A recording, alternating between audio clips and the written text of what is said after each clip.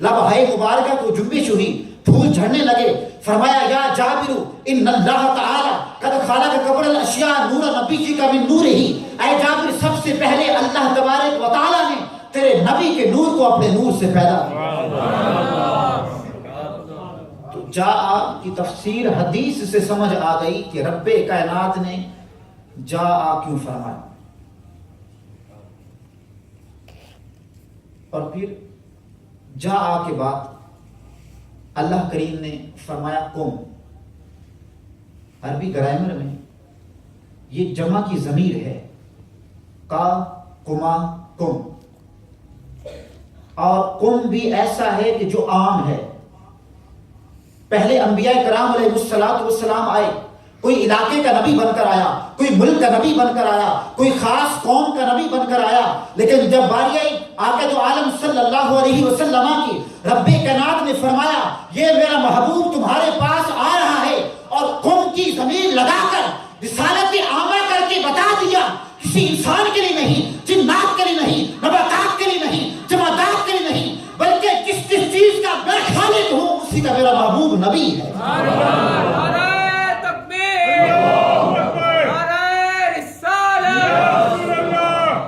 جس چیز کا میں رب ہوں اس چیز کا یہ میرا نبی ہے، یہ میرا محبوب اس کا نبی ہے.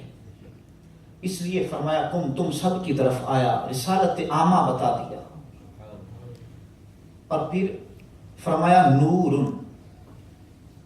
یہ نور جو ہے عربی کے اندر یہ مصدر کا صیغہ ہے، اور مصدر کہتے ہیں جائے صدور کو، نکلنے کی جگہ. جتنے بھی مشتقات ہیں، اس میں فاعل ہے، اس میں مفعول ہے، اس میں تفضیل ہے، جتنے بھی ہیں سارے کے سارے مصدر سے نکلتے ہیں. انگلش کے اندر فارمز ہوتی ہیں، ان کی کوئی نہ کوئی بیس ہوتی ہے جس سے آگے فارم بنتی ہیں.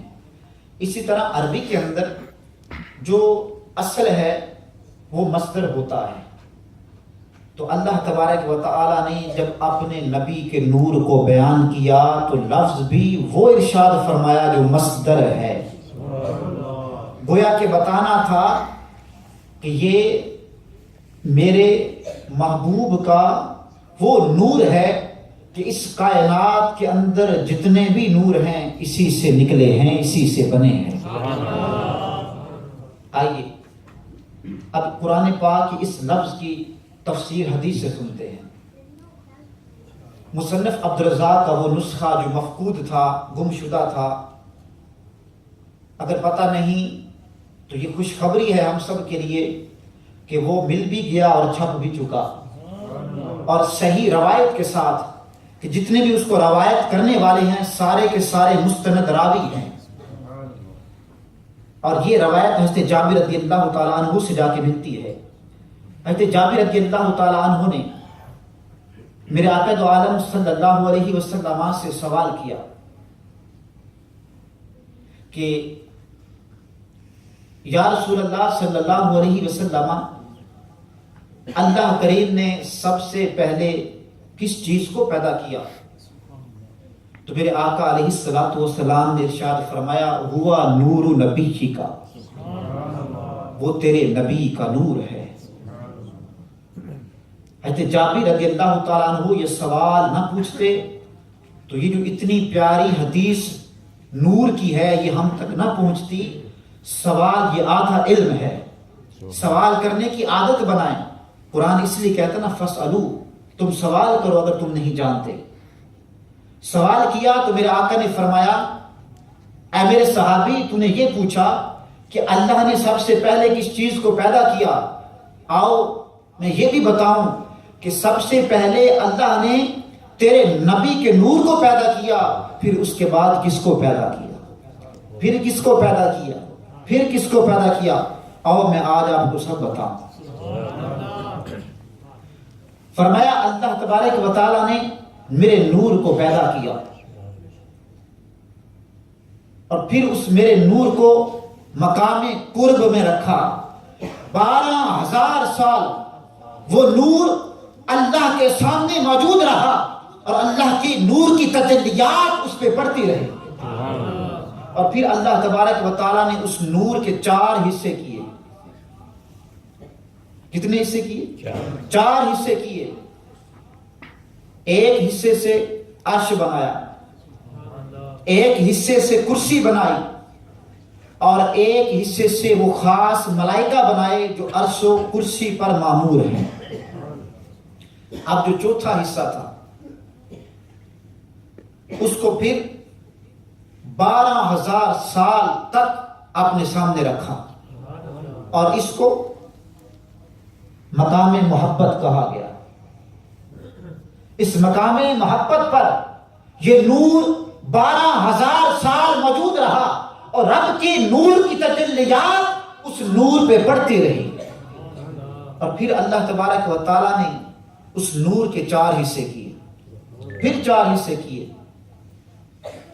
ایک نور سے لوح بنایا، سبحان اللہ. ایک نور کے حصے سے قلم بنایا، اور ایک نور کے حصے سے جنت بنائی. اور پھر وہ جو چوتھا حصہ تھا 12,000 سال تک وہ نور رب کے سامنے پھر موجود رہا، اور رب کے نور کی تجلیات اس نور پہ پڑتی رہی. اور اس کو مقام خوف کہا گیا. اور پھر اللہ مجدہ نے اس نور پر اپنے نور کی تجلیات ڈالی، اور پھر اس نور سے ایک حصے سے اللہ تبارک و تعالی نے عقل کو پیدا فرمایا، ایک سے علم و حکمت کو، اور ایک سے توفیق کو. اور پھر وہ جو چوتھا حصہ تھا پھر وہ 12,000 سال تک اللہ کے سامنے موجود رہا، رب کے نور کی تجلیات اس پہ پڑتی رہی. اور پھر آخر پر جب خاص نظر رحمت ہوئی تو اس نور کو پسینہ آیا، اور پھر اس نور کی وجہ سے جو پسینہ آیا اس پسینے کے قطروں کو بھی حدیث کے اندر بیان کیا، اور وہ قطرے کم و بیش 1,24,000 تھے، اور ایک ایک قطرے سے انبیاء اور رسل کی روح کو پیدا فرمایا. اور پھر حضرت آدم علیہ السلام کی تخلیق ہوئی، اور یہ نور اس میں منتقل کیا گیا، اور ملائکہ کو جو سجدے کا حکم دیا گیا یہ نور محمد حضرت آدم علیہ السلام کی پیشانی میں موجود تھا، جس کو یہ سجدہ کیا گیا. تو یوں ہمیں یہ بات سمجھ میں آ گئی کہ قد جاءکم. اب یہاں پر اس حدیث کا ایک جز میں نے چھوڑا، اور اس کے چھوڑنے کی وجہ پہلے آپ اس نور جو مصدر کا صیغہ لگایا اس کی طرف آئیں، پھر میں اس کو بیان کرتا ہوں. کہ اللہ مجدہ نے فرمایا قد جاءکم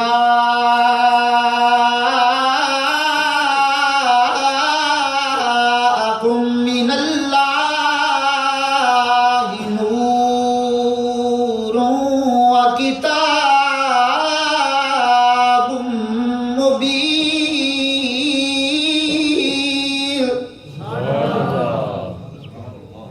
کہ تحقیق تمہارے پاس اللہ کی طرف سے نور آیا. تو میں نے بیان کیا تھا کہ نور یہ مصدر ہے، اور جتنے بھی اس کائنات کے نور ہیں یہ سارے کے سارے میرے نبی کے نور سے نکلے ہیں.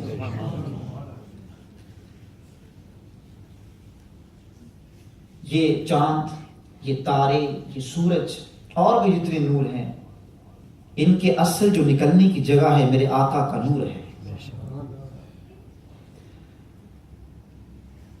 ایک حدیث آپ نے سنی ہوگی کہ میرے نبی کریم صلی اللہ علیہ وسلم کا سایہ نہ تھا، میرے نبی کا سایہ نہ تھا.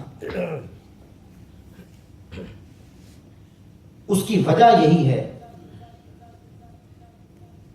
کہ یہاں اللہ تبارک و تعالیٰ نے نور مصدر کا صیغہ لگا کر یہ بتا دیا کہ سورج میرے نبی کا سایہ نہیں بنائے گا، میرے نبی کا سایہ نہیں بنائے گا۔ آج تک آپ نے یہ حدیث تو پڑھی کہ میرے نبی کریم علیہ السلام کا سایہ نہ تھا۔ آئیے آج میں آپ کو بتاتا ہوں تحقیق کے ساتھ کہ میرے نبی کا سایہ کیوں نہیں تھا۔ ویسے بھی یہاں تو ویسے بھی تحقیق کا، ریسرچ کا دورہ ہے۔ یہ حدیث تو سنی کہ میرے نبی کا سایہ نہ تھا۔ آج اس اجتماع کی برکت سے آپ کو میں بتاتا ہوں کہ میرے نبی کا سایہ کیوں نہیں تھا۔ رات ہو، آپ کسی کمرے کے اندر ہوں اور 4 بلب آن کر دیں، ایک رائٹ، ایک لیفٹ، ایک فرنٹ پہ، ایک پیچھے، تو آپ درمیان میں کھڑے ہو جائیں تو آپ کے شیڈو کتنے بنیں گے؟ کتنے سائے بنیں گے آپ کے؟ 4۔ کتنے بنیں گے؟ 4۔ اگر 5 بلب چلائیں گے تو تقریباً 5 ہی آپ کے سائے بنیں گے، 5 شیڈو بنیں گے۔ اس کی وجہ یہ ہے کہ ان سارے بلبوں کی جو پاور ہے، ان کی جو سٹرینتھ ہے، یہ ایک جیسی ہے۔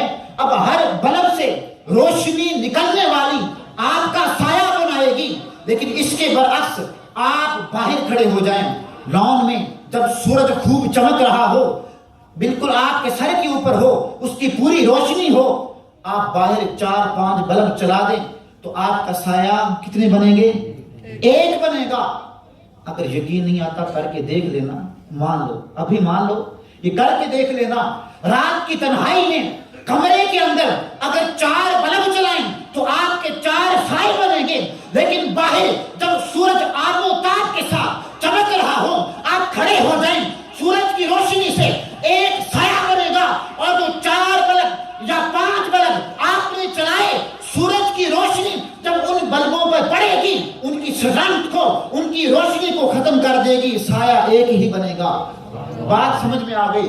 جب سورج چمکتا ہے اور میرے نبی کریم علیہ السلام سامنے آتے ہیں، ارے جو نبی کے اندر نور ہے، یہ تو وہ نور ہے کہ جس نور کے صدقے سے سورج بنا۔ اب سورج کی پاور کم ہے، میرے نبی کے نور کی پاور زیادہ ہے۔ جب سورج کی پاور، سورج کی روشنی میرے آقا کے نور پہ پڑتی ہے، ادھر ہی ختم ہو جاتی ہے، سایہ نہیں بنتا۔ کیوں؟ کہ نور یہ مصدر میرے آقا کا ہے، اور اس کائنات کے اندر وہ سورج ہے، چاند ہے، تارے ہیں، جتنے بھی انوار ہیں میرے نبی کے در کے بھکاری ہیں، اسی سے یہ نور بنے ہیں۔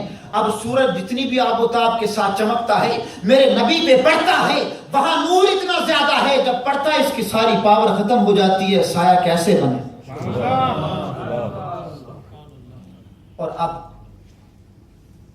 یہ بات میں حدیث سے اس کو پختہ کرتا ہوں کہ 12,000 سال نور اللہ کے سامنے موجود رہا، تو اللہ تبارک و تعالیٰ نے پیغمبروں کی ارواح کو بنانے سے پہلے اللہ کریم نے اس نور کے 4 حصے کیے۔ 1 سے سورج کو بنایا، 1 سے چاند اور تاروں کو بنایا، اور پھر 1 سے سارے ملائکہ بنائے جو عام تھے۔ پہلے وہ اسپیشل تھے جو عرش و کرسی پر معمور ہیں، اب سارے ملائکہ کو بنایا۔ ارے سورج اور چاند تارے یہ تو میرے آقا کے در سے ہیں، میرے آقا کے نور سے نکلے ہیں، اور اب ملائکہ بھی میرے آقا کے نور سے بنے۔ اسی لیے معراج کا واقعہ ہے کہ جب حضرت جبرائیل امین علیہ السلام سدرۃ المنتہا پہ پہنچے، عرض کی یا رسول اللہ صلی اللہ علیہ وسلم لاؤ دنوت الانملا لا ترکتو، اگر میں 1 بالشت بھی آگے بڑھا تو جل جاؤں گا۔ اے جبریل تو بھی تو نور ہے، تجھے بھی تو اللہ تبارک و تعالیٰ نے نور بنایا ہے، اگر آگے نور ہے تو کیوں نہیں جا سکتا؟ یا رسول اللہ صلی اللہ علیہ وسلم ٹھیک ہے کہ میں نور ہوں، لیکن میرے نور کی اتنی طاقت نہیں ہے جتنا آگے نور ہے، آگے وہی جائے گا جس کا ہو اتنا نور۔ سبحان اللہ۔ تو جبرائیل سدرۃ المنتہا پہ رک گئے، اور جو مقام نور تھا وہ آگے چلا گیا۔ اور پھر اسی نور کے حوالے سے یہ روایت حضرت ابو ہریرہ رضی اللہ تعالی عنہ سے ہے، اور یہ راوی پتہ کون ہے؟ یہ وہ راوی ہیں کہ بخاری کے اندر سب سے زیادہ احادیث ان سے روایت ہیں. اور کیوں ہیں آئیے یہ بھی بتا دوں. حضرت ابو ہریرہ رضی اللہ تعالیٰ عنہ میرے آقا علیہ الصلوۃ والسلام کی بارگاہ میں موجود ہیں. بخاری شریف کتاب العلم کے اندر یہ حدیث موجود ہے. عرض کی یا رسول اللہ صلی اللہ علیہ وسلم میں جو بھی بات آپ سے سنتا ہوں میرے ذہن میں رہتی نہیں, میں جلدی بھول جاتا ہوں. جب حضرت ابو ہریرہ رضی اللہ تعالیٰ عنہ نے میرے آقا دو عالم جامع دو عالم فخر دو عالم صلی اللہ علیہ وسلم سے یہ سوال کیا, میرے آقا پاک کریم علیہ السلام نے فرمایا کہ اے ابو ہریرہ اپنی چادر کو میرے سامنے بچھا دو. ابو ہریرہ نے اپنی چادر بچھائی. میرے آقا پاک کریم علیہ السلام نے اپنی مٹھی میں کچھ پڑا, چادر کے اندر کھول دیا, فرمایا اٹھاؤ سینے سے لگاؤ. ابو ہریرہ فرماتے ہیں میں نے اٹھایا سینے سے لگایا, پھر جو بھی بات آقا سے سنی کبھی بھولا نہیں. تو اس حدیث کے راوی بھی حضرت ابو ہریرہ رضی اللہ تعالیٰ عنہ ہیں. اب فرماتے ہیں کہ میں نے نبی کریم علیہ السلام سے سوال کیا کہ اللہ نے سب سے پہلے نبوت کس کو دی, آپ کو نبوت کب ملی؟ تو میرے آقا علیہ السلام نے ارشاد فرمایا کنت نبی و آدم بین روحی والجسدی, میں اس وقت بھی نبی تھا کہ جب آدم روح اور جسم کے درمیان میں تھے.